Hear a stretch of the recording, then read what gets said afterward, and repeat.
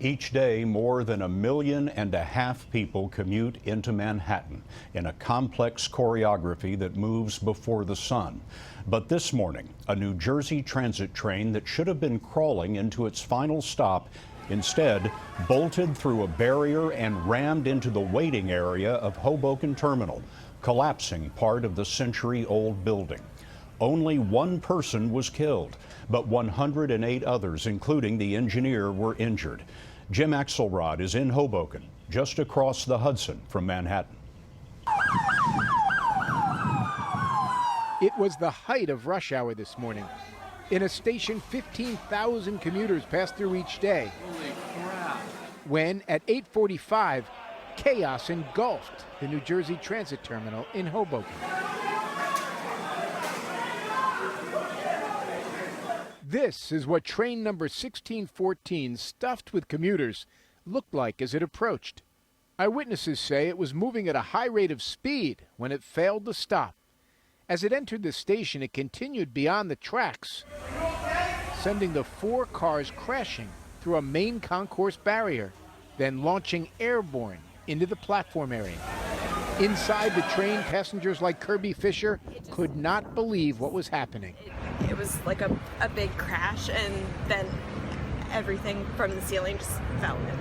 Jamie Weatherhead Saul was in the first car. Like, there wasn't even a screeching, like it was halting. It just kept going. The lights went off, and people started screaming, and it was like completely thrown from one area to the next. But because it was so crowded, there wasn't much where to go.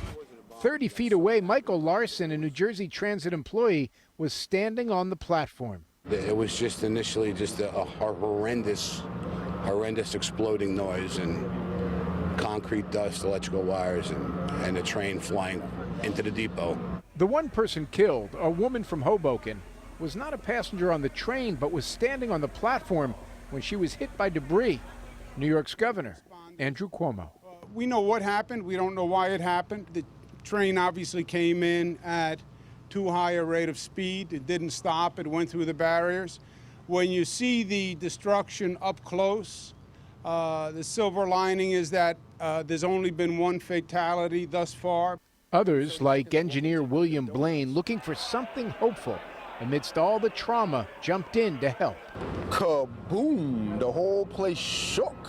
Just shook, and everybody got quiet. When I turned and I ran out and I slid, I looked to the right, and I just saw people all over the ground and debris and everything all over the place. And it's like we were a family. When you say Americans, man, I'm not lying. Everybody of creed color ran to try to help. That engineer who survived the crash, his name is Thomas Gallagher. He's 48 years old. He was taken to the hospital, but was later released. And tonight, Scott, we're told Mr. Gallagher is indeed cooperating with investigators. Jim Axelrod at the scene of the crash tonight. Jim, thank you.